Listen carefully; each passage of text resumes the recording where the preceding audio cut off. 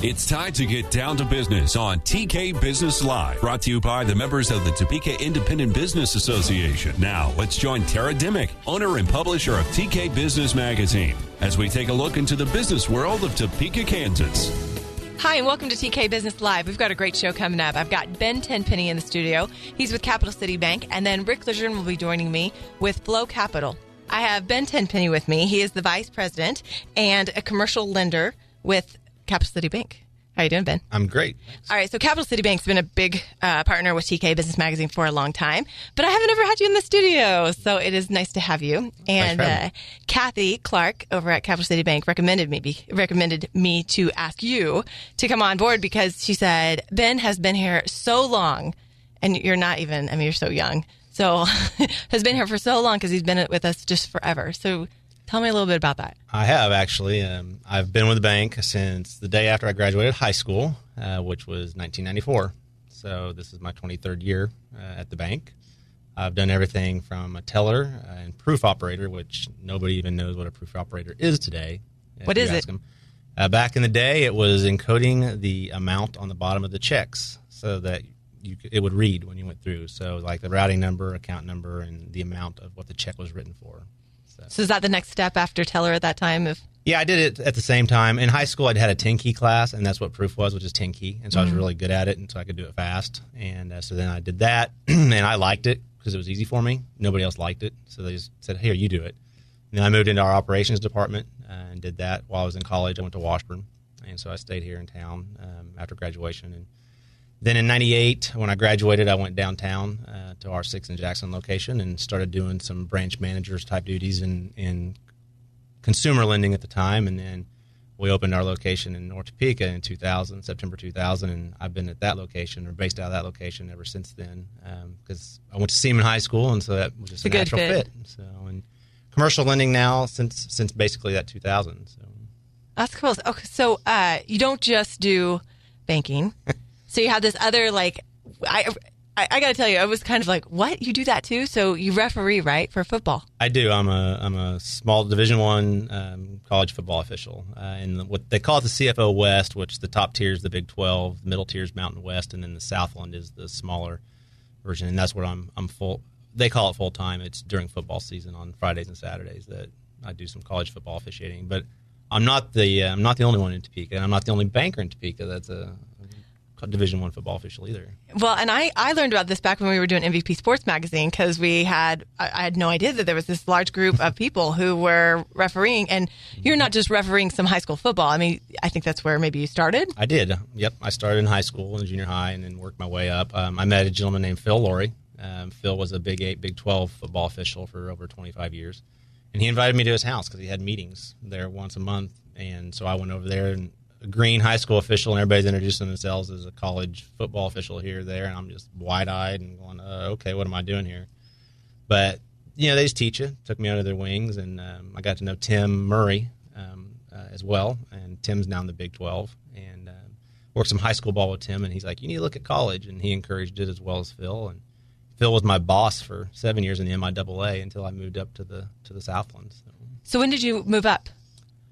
3 years ago, I worked my first game at Stephen F. Austin. And then 2 years ago, I worked 3 games. And then this most recent year, I got hired full-time and moved up out of the MIAA. So I worked at Air Force last year, and then I had BYU Cincinnati.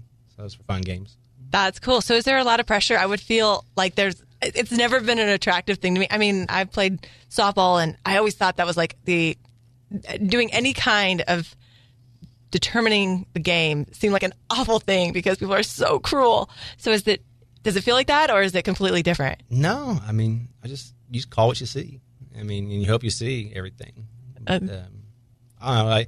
Officials get a bad rap, but you look at it at home, you get the replay and you get to slow it down, and we get one chance at it on the field. And NFL referees recently have taken some heat, but overall, I think they grade out at over 90% on all their calls being right. So just strive to do your best and take it one play at a time.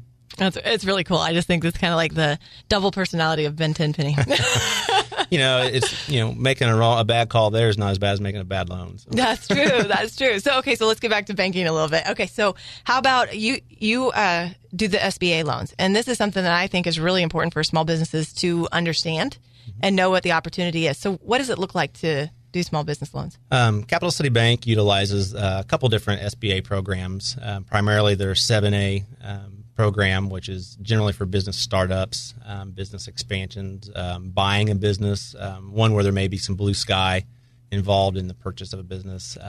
There's no collateral. So if there's a shortfall of collateral, we typically will look at the SBA and their 7A program to help. They come in as a guarantor basically on the loan, but that helps us get more comfortable with it. And startups, that's the way we go. A lot of times with startups, is a little bit more paperwork, but there's some good places in Topeka. Washburn Small Business Development Center, Carl Klein and Les Straight do a great job over there with helping a business, do a business plan, projections, financial numbers, understanding, what they need to be looking for to make their business successful. The other program we utilize is the SBA 504 program, where we partner with a certified development company. And what that is, it's more real estate and large equipment oriented. We see it most of the time with real estate. But if a company's buying a building or real estate that they're going to own or occupy at least 50% of it, then we can do as little as 10% down financing, which makes it attractive to the buyer or the owner, because then it's less cash out of their pocket to keep for other uses and other capital needs. The other part of it that's attractive is that, so of the 90%, we finance 50% at the bank. The CDC is 40%, and then the owner injection of 10%. That 40% is a fixed rate loan with the CDC for whether it's a 10-year or a 20-year term. That rate won't change, which our commercial on our side will usually vary every 5 years. So the rate could go up or could go down, but it gives the customer that they know and they can plan better on that portion, at least isn't going to change on that rate. So when does a business think about an SBA loan? Like what is that person? It's your startups primarily, and then it's anyone I see the most is anyone that's buying a business, because if you built a business up and you're going to sell it, you're not going to just sell it for all the hard assets. And if it's usually profitable if you're selling it. So, normally there's, some value to that, which can't be collateralized. And so a lot of times we do deals through SBA with a business, one partner buying another partner out, or, just you buying the company that, somebody else was running. So. Right. So when that process is getting started, what do you recommend to somebody who's maybe kind of going, okay, we're wanting to start the business and SBA loan's probably the right place? Is it better for them to start somewhere like Carl Klein and go into the Small Business Development Center, or is it with you to come over and talk with you over at Capital City Bank? I'll visit with them initially, but I usually recommend that they go to Carl. Carl's got a lot of software that will go through a lot of questions that he has laid out. And quite frankly, he's just able to take a little more time with them. I mean, that's primarily what he does, is help put business plans together for people and helps them go seek the information and tells them where to go look for information. So along the way, they're learning what it really takes to have this business, and then they're more prepared for when they show up to your door and they say, "Hey, we want an SBA loan." Mm-hmm. You can say, "Wow, you've done your work." Yeah, and we like to see that effort. If somebody comes in cold off the street, it shows that they've already done a lot of homework, gone through the process. They're going to understand, okay, what it takes to make a profit, make this business successful.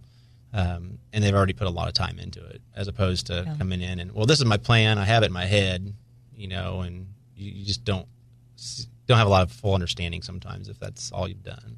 Well, I think it's awesome that Capital City Bank does the SBA loans. I think it's really important, and it's an opportunity for someone who wants to start a business to actually be able to pull it off. And without that support from the SBA loan, sometimes it's just not even possible. Sure. And, it allows us to, with a little less down, and that's what's important. A lot of people who are trying to start a business may not have a whole lot of equity or a lot of money to put into it. And so, with that 10% number, sometimes it's easier to come up with that, from an investor or out of your own pocket. And so, makes it more bankable. So how about for the other businesses? So you got businesses all the time. They're looking at maybe, opening a new location or adding some new equipment or new I don't know, I'm thinking about a vehicle or something like that. So as they're getting ready for it, what are some tips that you have for them to really come in and be able to sit down with you, Ben, and say, okay, I'm looking at this loan, and then to be a pretty successful transaction? How does that work? What do they need to bring to the table? We see we're very active in all sorts of loans, whether it's that car loan or equipment loan or buying the piece of real estate. And, just knowing, most of them that come to us, they've run their own numbers. They know, okay, hey, I can afford this. And what is going to impact on both sides, expenses or how it's going to really play out for them. And usually when they come to me for that, we're fortunate where we deal with a lot of companies that have been around a while. And so, it's very easy on some of those, to go ahead and, hey, yeah, what do you need? Sign right here. Right. We know your business. We've got it figured out. And that's crucial for any banker. You try to get to know your customer, and the better you do, then it makes it that much easier when you do call and say, hey, I've got an opportunity to buy this piece of equipment, but I need the money tomorrow. Mm-hmm. So, getting to know the customer. And it is a partnership. Any business and lender situation is a true partnership because we're in it with you. I heard a long time ago that every loan is good the day you make it. There's no bad loan when you make it, but it becomes a partnership at that day too. And so we're in it through the good and the bad. And there are times where, you have to work with them and work through the bad and hopefully turn it around as well. But, is any specific advice is, just dig in and know, all aspects, as many aspects as you can of what you're going to go into. And the ones I enjoy the startups because it's people fulfilling a dream a lot of times. And they get so excited. When they sign those papers, they're signing their life away, they say. But at the end, when they see it be successful, they're really, really happy. And then it's a partnership on both sides that I get to enjoy and partake in as well. Ben, thanks so much for joining me. Well, thank you. My name is Jennifer Kermis, Vice President of Business Development with the LeJuerrne Credit Union. TIBA is advice and support. TIBA is information and education. TIBA is a voice for small businesses. My biggest advantage would be being able to network and get to know who all of the members are of TIBA and how their businesses operate, what the different needs are for their business, and really get to understand the different business opportunities that are out there in Topeka. The Topeka Independent Business Association is strong because of its members. Become a member today by visiting TopekaTIBA.org. I have Rick LeJuerrne with me, and Rick is the owner of a consulting business that he has, a consulting practice that's called Flow Capital. Welcome, Rick. Hello. He's also an entrepreneur, and I think he's a serial entrepreneur at heart, and so his business probably is a way to manage his serial entrepreneurship, right? I'll get to live vicariously through other entrepreneurs, which I love, yeah. So Rick writes for us actually quite a bit. It seems like every few issues you're writing for us, but right now you're writing a series for us in TK Business Magazine all about angel investing and kind of that process of angel investing. So talk a little bit about what is angel investing and what is a business looking for when they're looking at angel investing? Yeah, and understanding, who or what an angel investor is and how it can help your business either get started or grow is very important. My prior career, before my consulting business, I was the director for the Washburn Small Business Development Center. And, primarily, we had clients that were walking in our door. And it's one of the big challenges, right, is to obtain financing. At that time, we were helping a lot of clients access debt financing. How do you go get a business loan? Most people understand that process, that's one way to finance a startup or finance the growth of a business. But there are certain types of businesses, frankly, that business lending, commercial lending just can't help. There's either more risk involved or more often than not, they have a request. They just don't have the collateral to secure the note. So worked with clients over the years and continue to work with clients that, and what's great about it, they're often the big ideas, the ideas that you can't finance with debt. They really need a connection to investors who are looking for, a private placement opportunity. So those individuals out there exist, and they're typically, what's great about it is they're typically entrepreneurs themselves. They have built their wealth, through their entrepreneurial ventures, many of them serial entrepreneurs. And, an angel investor typically is motivated not just by return. They're all concerned about that. They're smart. They want to make sure they're getting a return on their money, but they're also motivated by helping other entrepreneurs, helping their community. So, the article specifically I wrote for TK Magazine was really about it was critically important for Topeka, the business community in Topeka, to organize an angel investing group. And these are popping up in communities, and the size of Topeka should have one. And I think that's going to happen.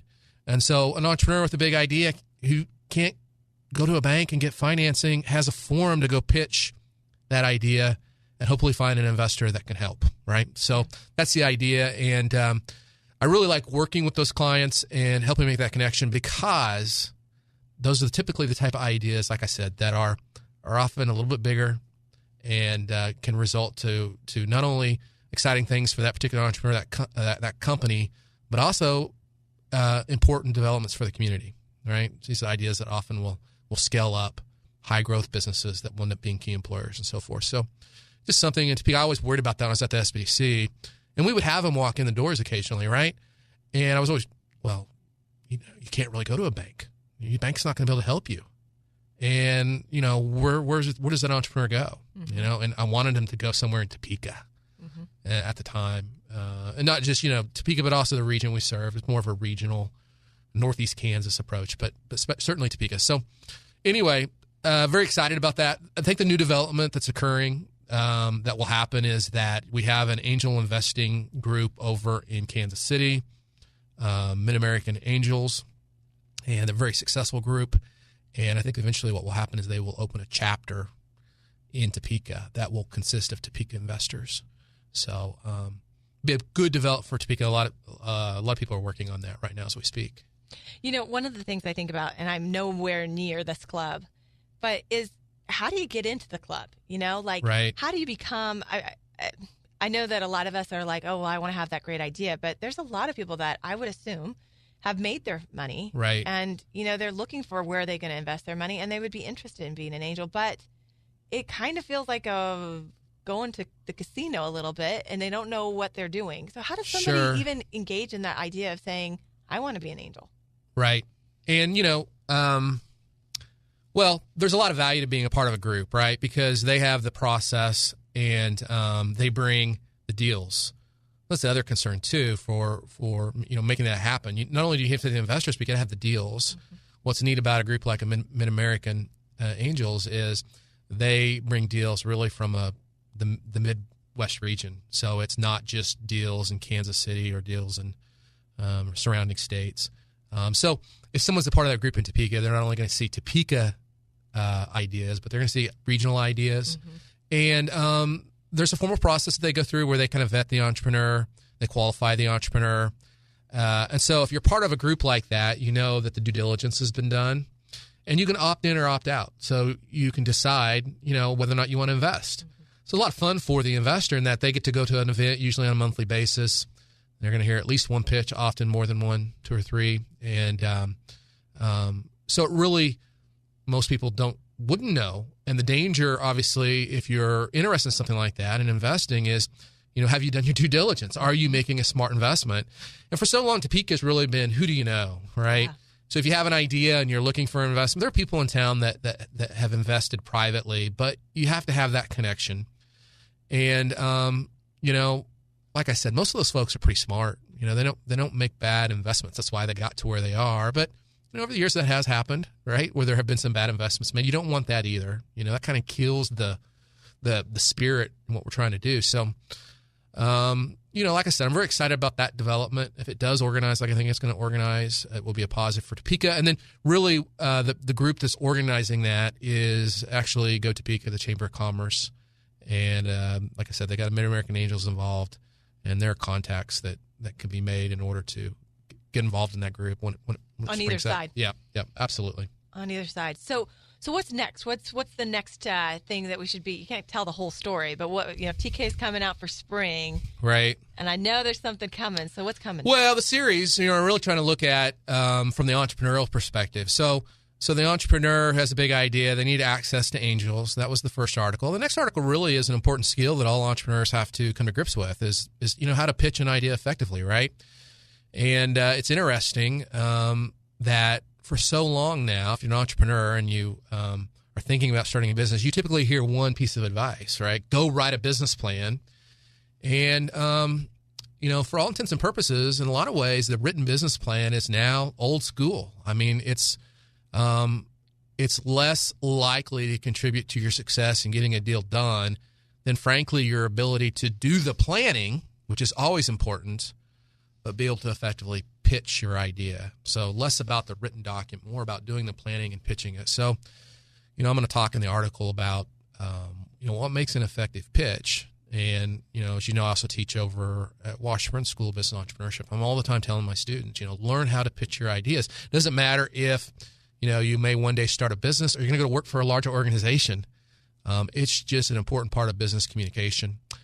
And so, my advice to entrepreneurs that are tackling that, and sometimes it's uncomfortable. You're going to get up in front of people. You're going to put yourself out there and share a new idea. It's not easy to do. But some basic advice on how to do that. We can certainly talk about that.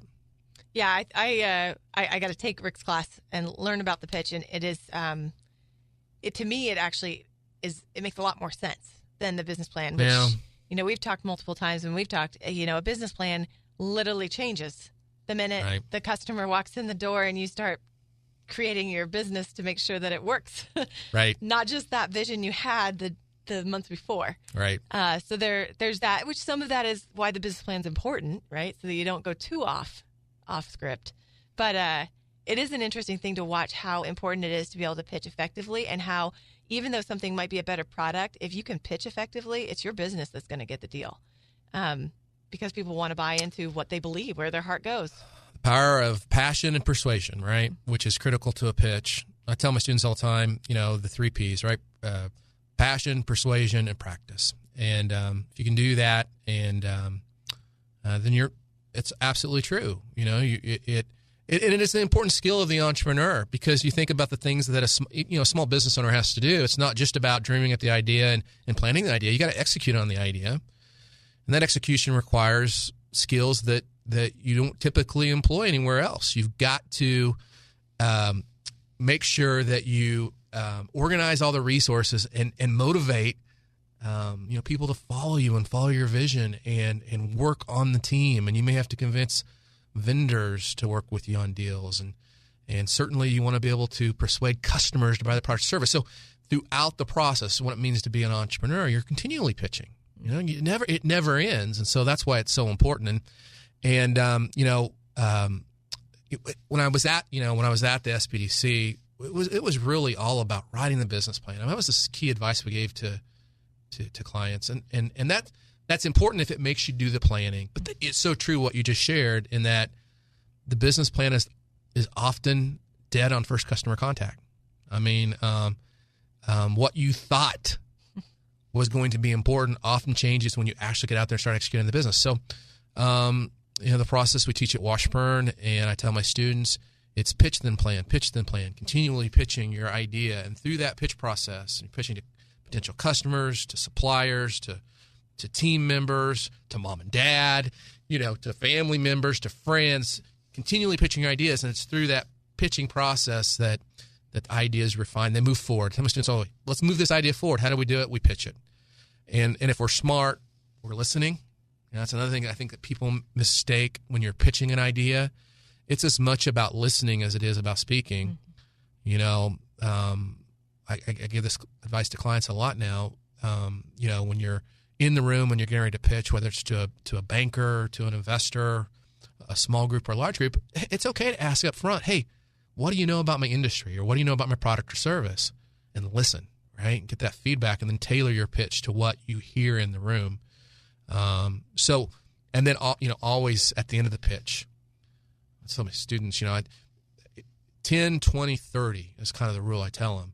An effective pitch should be about 10 slides. It shouldn't last more than 20 minutes, and that includes time for questions and answers.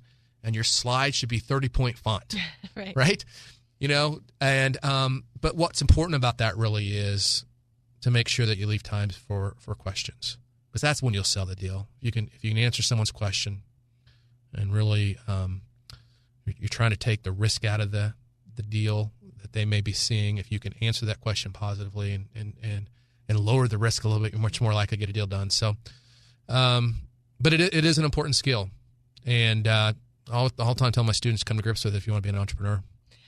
Absolutely. So you can read more about that when you read the spring issue of Yeah, TK. there'll be more specific advice. We don't want to steal the thunder from the magazine, do we? But there'll be more specific advice on making an effective pitch. What you should focus on. What's really important. So Rick, tell me a little bit more about Flow Capital. What is it? What do you do? Where do you land with all these entrepreneurs? Yeah. So Flow Capital is what it was really my answer to creating a business that could help an entrepreneur get an idea started, grow that business, and then when I say flow that business or sell that business. And so really focus on 3 phases that an entrepreneur faces: startup, growth, and flowing it. And I just got this skill set and this passion of wanting to help entrepreneurs. And so what's interesting about Flow Capital and about the clients that I work with is it's just really diverse, the different ways I help clients. And I love that. It's another thing about being an entrepreneur, a small business owner, in that, there are no one day is the same, right? There are always new challenges and new problems, new opportunities. And so I get exposed to that through Flow Capital and working with my clients. It may be in the startup phase, right? So there is a certain amount of business planning that I'll help clients with. Helping develop a pitch. I've done that more than a few times, helping clients work on their pitches to try to raise capital. I also am a licensed attorney, so I do practice business law. And once again, it's business law focused on helping the entrepreneur. So setting up the limited liability company, incorporating key agreements like a lease agreement and so forth. And then, it's not just clients or entrepreneurs in the startup phase. It's also clients, entrepreneurs that are in the growth phase. And I kind of get to flip a switch there, and I get to put on my accounting hat and really focus on profitability with clients and how do you grow the business and grow profitability, and keeping them really focused, hopefully, on that so that they are building a business that has value that they one day can sell or transact and capitalize on that investment, which is their business. And that's really the flowing side. And so I structure and I help clients both legally and from a business planning perspective sell their business. So, that's, early on, it's one of the things I got exposed to. My dad was an entrepreneur, grandfather was an entrepreneur, and I really got to see, the ups and the downs, certainly the challenges, but also how rewarding it was to follow the life of the entrepreneur. And what I really enjoy about Flow Capital and what I do now is I get to work with clients that are going through that. And I get to, I said that up front, I get to live vicariously through some of my clients and help them hopefully accomplish their goals. So Rick, what if someone's listening and they're thinking, I really want to flow my business. I want it to move. Yeah. How do they maybe contact you? How do they start that process of working with someone? Because I think sometimes it takes someone else to step in and say, you're kind of working on your business. You're only being a technician, or your profit margin really isn't where it needs to be. And I can show you how that looks on the financials. And I know that's what you do because he's done it with me. So, right. So, having that, how does that relationship work when you start a relationship with someone, and how do they even get a hold of you? Sure. Well, listen, the best way to get a hold of me is either, to give me a call or to email me. My email is simple. It's rick@startgrowflow.com. And, or to give me a call. I'd be glad to help. And it's really interesting. You start talking about some E-Myth Revisited stuff there. But that's really what it's about, is really, you have this dream when you start a business. You have these ideas of what it's going to be and what it's going to mean to you in your life. And it typically doesn't ever work out that way because it's a challenge. And the goal really is to absolutely get it positioned so, in essence, the business almost works without you. I mean, that's the key to really building a business that you can one day sell, and creating that flow, is the key word. The state of flow when everything's working the way it should. It's a constant battle. Anybody who owns a business understands it's just not something that you do. It's something you have to work on over time. But figuring out how to not just being consumed by your business, but actually being able to work on it as well. Glad to help anybody who are facing those issues or those challenges. Appreciate being on today. Thanks, Rick. Yeah, thank you. Thanks so much for joining me on TK Business Live. Have a great week. Thanks for joining Tara and her guests on TK Business Live. Join us again next Sunday at 11:30 to hear more from our community business leaders, entrepreneurs, and people making a difference in the landscape of how business is progressively moving forward in Topeka. TK Business Live is brought to you by the members of the Topeka Independent Business Association.